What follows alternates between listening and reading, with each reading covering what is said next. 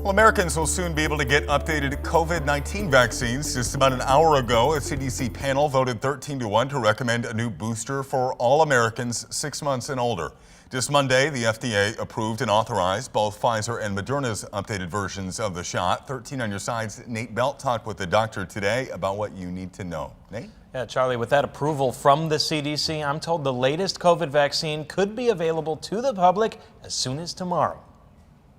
The risk of COVID-19 is not over, and we have to be pretty diligent about it. That's why Dr. James Grant of Blue Cross Blue Shield Michigan wants you to get the latest COVID vaccine. So why do you need a new one? We have to get not only our traditional flu shot, but we've got to get something for COVID now. Like the flu shot, the COVID vaccine is updated to combat different variants, and the new one is just in time. The latest info from the CDC says COVID hospitalizations are up 19% in recent weeks. And we're seeing a little more nausea and vomiting.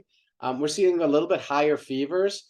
We're seeing what we call conjunctivitis, and we're seeing sort of reddening and your tear ducts flowing. Dr. Grant says it doesn't matter if you're up to date on your COVID boosters, you can still get this newest vaccine. He emphasizes, however, that just because you have it doesn't mean you're 100% protected, but you will be better off. You shouldn't get it to the point you're in the hospital or on a ventilator. That's the key. Don't think, I have friends that got the COVID vaccine and they still got COVID.